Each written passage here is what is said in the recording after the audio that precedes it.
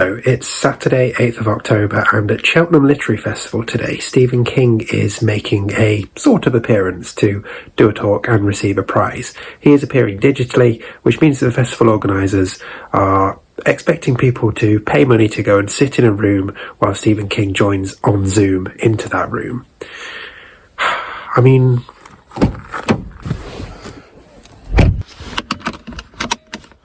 sign me up, take my money, give me a ticket. Let's go. So hi everyone, welcome to my channel. I'm Dave Musson, at Dave Musson on Instagram, and this is a place where I talk to you about Stephen King. Now, normally, you know, I do my 19 reasons to read his books and all that stuff, but as you'll know from the intro, this is one of my specials. It's a bit of a vlog, a bit like I did with the old fairy tale review, which you can check out if you want to. I have got in the car and come to Cheltenham to see Stephen King appear digitally at Cheltenham Literature Festival. I know how that sounds, but he is winning an award from the Sunday Times for literary excellence. He's going to be speaking for an hour, and then afterwards there's also a panel featuring some contemporary authors talking about King's influence on their works, which I've also decided to get a ticket for because, hey, I'm here, I might as well go and see both. So yeah, I'm very excited actually. I've never seen King speak live. I sort of got into reading King after his last UK tour, and you know, he famously doesn't fly now, which is why he's appearing digitally, but I'd still rather be here than not, and I feel like it's important to support him getting this award. And even though I wasn't big on fairy tale, I'm still obviously keen to hear what he has to say. So I'm looking forward to this immensely. Drive down was very smooth. Only live about an hour away anyway, so it's not too far. And yeah, I'm going to try and vlog some bits and pieces while I'm here. But first, I need to send my newsletter for this week. And of course, if you haven't signed up to my newsletter already, you can do up there or in the description down below. Don't forget, each week on my newsletter, you get some updates from me. You get a free short story from me.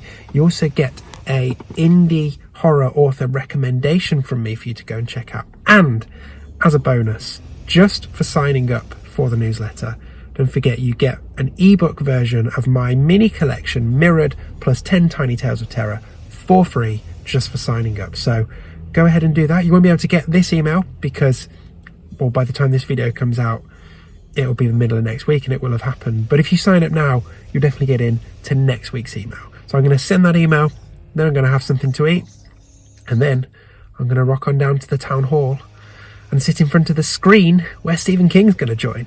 Woo! So a couple of things. Even though I know Stephen King is not appearing in person, he's appearing digitally, have I, just on the off chance that he decides last minute to come up, have I bought a copy of The Dead Zone with me? Just in the 1,000,000 to 1 chance that he's there and I meet him and I get him to sign it. Yes, I have. Have I also taken the chance that, reasoning that his son Joe Hill lives for at least some of the year in the UK, have I also bought 20th Century Ghosts on the off chance that Joe Hill is here? Yes, I have. Have I bought a pen? No, but I'll deal with that when I get there. And have I also just somewhat unnecessarily downed an entire thermos flask of tea whilst power walking back from the toilets because I realised I won't be able to take my flask into the theatre with me, and I now feel a bit bloated and a bit hiccupy and a bit sick. Yes, I do. I think it's time to go and find this town hall.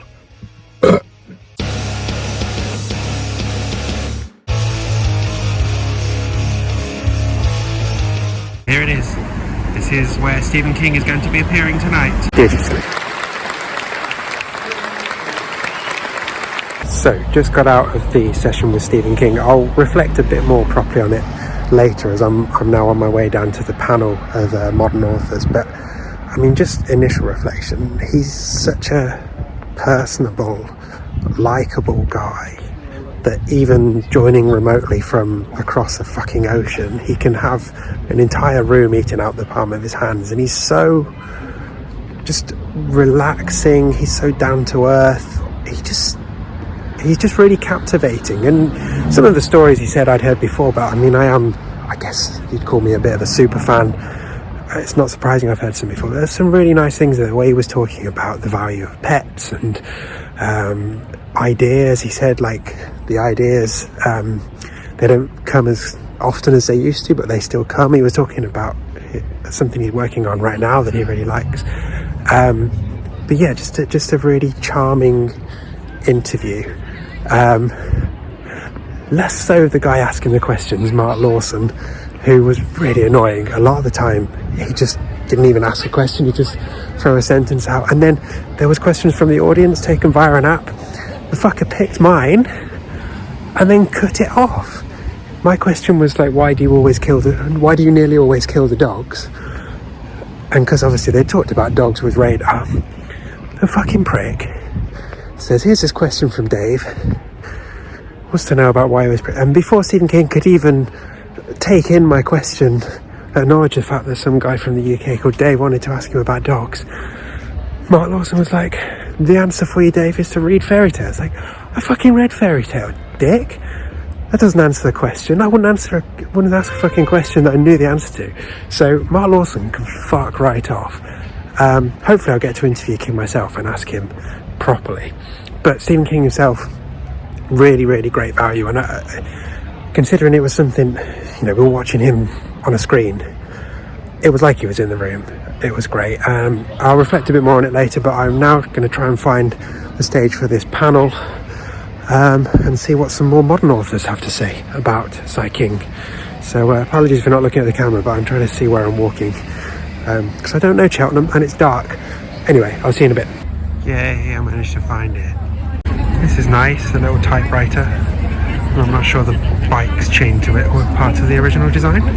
Anyway, so I've got a bit of time before the panel starts, so I've taken myself off down a little corridor in the park where the main festival is to try and do a bit of an update. So just reflecting some more on what King said. Yeah, some of the really good stuff I enjoyed. He was talking about COVID and how it's a real problem for fiction writers. He gave an example of when the Berlin Wall came down and everyone said, oh, that was the end of spy novels, and of course that didn't prove to be true, but he said it's trickier for COVID because people don't want to read about it, which I think is really true, and it's really difficult to get around it. He was talking about it in the context of setting Fairy Tale in 2013, so he didn't have to deal with all that. But he then did also say that Holly, which comes out next year, is set in 2021 and actively embraces COVID. So King's potentially going to be one of the first big writers to actively make that horrible period of recent history a plot point. So it'd be interesting to see how that pans out.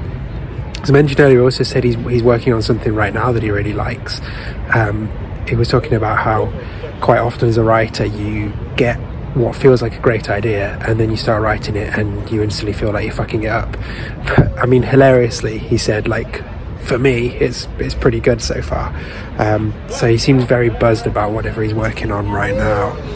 And then some of the other things I enjoyed him talking about, I guess a bit away from his own work and things, and just bits about life in general. Like, obviously he was talking about the dogs, and I've already mentioned that my question got cut off by Mark Lawson, my new enemy number one. But King held up his phone at one point when he was talking about phones, and he held it up and his home screen came on, and it was a cartoonized picture of Molly was his background, and he was talking about how Molly is his dog, and he's had dogs his entire marriage, but Molly is the one that he's really bonded with. And he was talking about pets and why they're so valuable, because they have shorter lifespans. You get to experience that full range of emotions with them throughout their life. And I know it's just really interesting seeing how he talked about something as basic as having a pet and still managing to make it sound very magical and very, very well thought out. And you can tell he really cares about his dog. In the background of the room he was in, there was a framed picture of Molly that I'd seen some artists had done. I think Joe Hill had it got for him for Father's Day, so that was fun. And there was a question from the audience about how any tips for parents about getting kids into reading, which I thought was really interesting. And King said to just try and read to them for an hour every night, and mainly because your kids will enjoy that time with you, and it's dedicated time for everyone to turn off screens and get lost in a story. And he said by doing that helps develop readers, and I think that was really powerful. And like, I'd almost love to hear Stephen King go on one of my favourite podcasts, which is Parenting Hell. I'd love to hear him talking about parenting. I know certainly there have been books of his that I've reread since becoming a parent that hit totally differently, Pet Sematary being the obvious one. Pet Sematary also reminds me, when they were talking about dogs, the interviewer who cut my question off about dogs was talking about how the dog coming back in Pet Sematary terrified him. And for a moment I gave him the benefit of the doubt and thought he was talking about Judd's Dream, but he wasn't. He thought Church was a fucking dog, and King called him out, and it's like, mate, come on. This guy also basically asked the "where do you get your ideas" question from, and he was just a terrible interviewer. I mean, there's so many people in that room, not just me, that would kill to ask like 3 questions of Stephen King, and this guy had the privilege of interviewing it on behalf of everyone who'd paid, and I don't think he was very good. What other things were there that were interesting? There was a question about who he thought was his most evil character that he had ever created, and he mentioned Pennywise, he mentioned Randall Flagg, and then he peddled that same thing that he's been putting out recently, that he's not even entirely sure if they're not the same entity, which didn't really get much of a reaction. It probably would have got more of a reaction from me had I not already seen it earlier in the year, but there we go. But yeah, I just thought, again, I thought it was he is such good value as an interviewer, as an interviewee, and even though there were little bits in there that I've heard him talk about before, you know, it's still great to hear him speak. And yeah, he's funny, he's witty, he's charming, he is captivating, and he just comes across as a really decent human. And for all the Times and the Sunday Times, who are the sponsors of this festival and who have given him this Excellence in Literature award, for all that they as a paper are pretty awful and just peddle a load of right-wing boomer bullshit, the fact that they are actually recognising Stephen King's brilliance in the world of literature does earn them some credit from me, because not enough places do. I mean, this is a guy who I'm certain in 50 years' time we will look back on with the same reverence that we look back on Dickens and stuff. And I think it's always tricky because he's still alive and he's so prolific. People are almost scared. Where am I going with this? He always gets good reviews, and I've mentioned in previous videos, I think that's because people are scared of criticising. And he doesn't mind people criticising his work, that's the thing, but there doesn't really seem to be any real reverence from the admittedly small group of people within the world of literature whose opinions are really, really highly valued, and among awards and medals and stuff. Yeah, he's won a few, but look at his body of work. He should be much more lauded and praised than he is. He should be much more celebrated than he is. You know, it shouldn't have been as easy as it was for me to get a ticket. It was sold out, but they've not even put Stephen King's name in much of the printed material promoting this festival, and granted that's probably because he's not appearing in person, but still, it's like, you've got Stephen King at your festival, man. Like, you're putting pictures of Mel C from the Spice Girls, who is very talented and very funny, but she ain't Stephen King. I don't know where I've gone off on a tangent with this, but yeah, I loved him. I thought it was really sweet that Molly was his phone background, and I should probably stop rambling and go and watch this panel that I've bought a ticket for. See you in a bit. Panel coming soon. So I'm back in the car about to drive home, but I just thought I'd give a quick update on the panel, which was called Stephen King Made Me. It had 3 contemporary authors, so John Connolly, Katrina Ward, who wrote Sundial and The House on Needless Street, and then an Icelandic author called Ursa Sigurðardóttir, who wrote The Fallout. It was interesting, and I think it was great that there was a panel that was treating Stephen King with a bit of reverence. I mean, it was unsurprising given that he was the headline act tonight and he'd won the award. But at the same time, I don't know, it was obviously a room full of Stephen King fans, and it still felt quite light touch. I mean, all 3 of these authors, at least in their 40s, and all 3 seem to have like checked out at the same point that most, when we're talking general public Stephen King fans, where most check out. So there wasn't really any talk of of more recent novels and quite dismissive of stuff in the 90s and things like that. And I don't know, it was interesting. The Icelandic author, the panel was sponsored by an Icelandic Writing Association, which is probably why she was on it.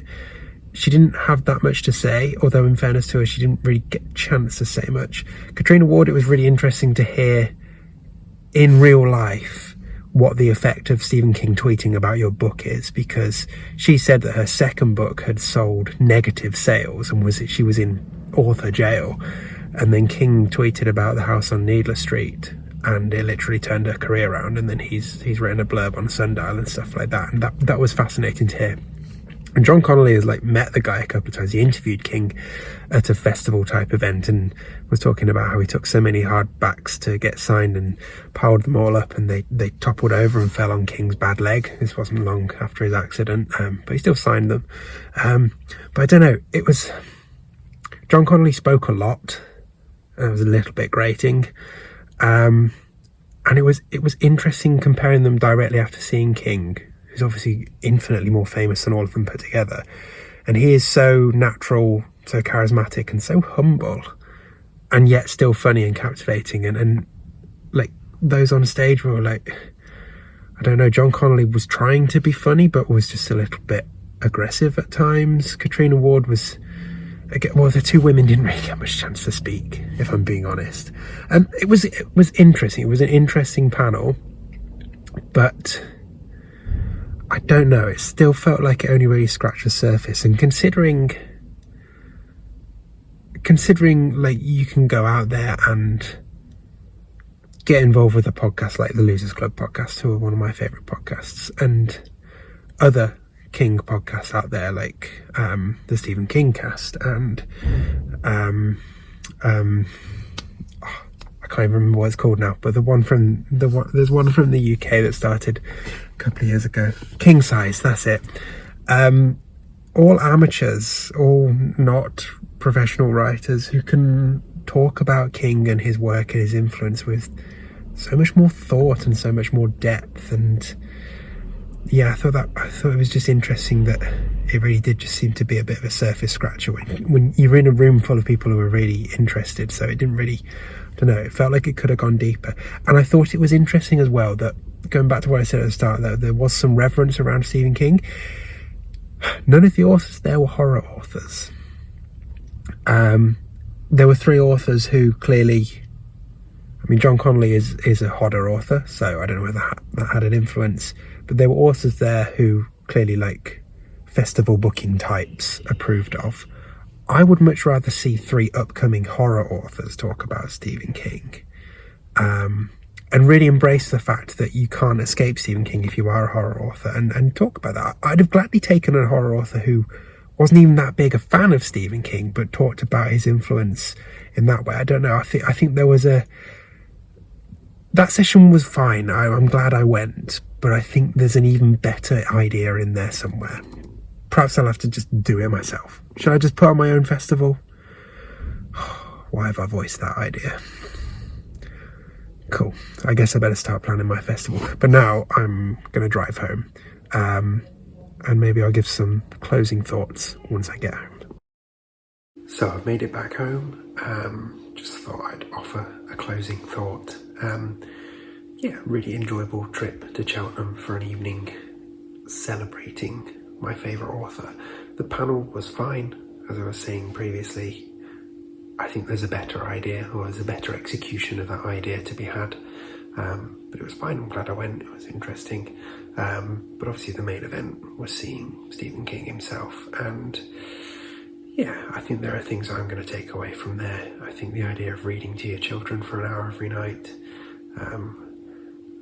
I think the fact that he still is in love with Lord of the Flies, I found very, very sweet, and it's a book I hold very dear to my heart as well. But I guess more than anything, well, not more than anything, it was really, really heartwarming to hear him say, even though the ideas don't come as fast as they used to, the ideas do still come, and he's still clearly enjoying his work and enjoying his writing and enjoying just seeing where his ideas go, and that's really great. I don't think he's going to stop writing anytime soon. But I guess the actual, above it all, it was just nice to have it confirmed that somebody who you see as a hero, as your favourite type of artist, really is a good person. Like, I keep talking about how humble and charming and witty and charismatic he was, and he does just, everyone who speaks about him talks about how kind and generous and how he has faith in people, and it's reflected in how he is himself. He's just a good person, and he doesn't get everything right.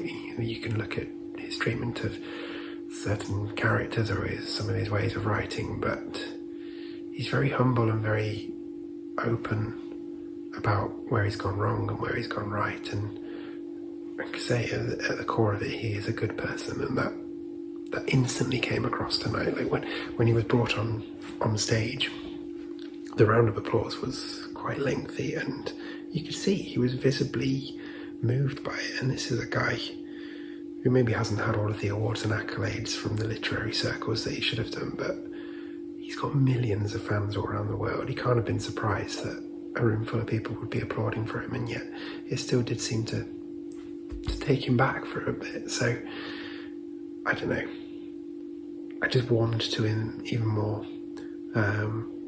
I'd love to have the chance to interview him myself one day. Maybe that'll happen, I don't know, but it felt special being in that room, and I really enjoyed hearing from him. Less said about the interviewer the better, but I don't want to end on a negative. So thank you, Stephen King, for a terrific evening. Looking forward to seeing what this thing you're working on right now is when that drops in 2 years. And yeah, that was my little trip to Cheltenham for an evening of Stephen King. So don't forget to subscribe to the channel if you want. Nearly done on his books, got loads more planned, so do subscribe. Check out my newsletter as well, there's a link below. You get my book for free if you sign up. And hey, come and chat on Instagram, I'm at Dave Musson. But yeah, I will be back soon with another video. It'll either be a 19 Reasons or it'll be the 2010s ranked. I can't remember where I've got to. It's late at night, I need to go to bed. But thanks for watching, hope you enjoyed my little vlog, and speak soon. Take care.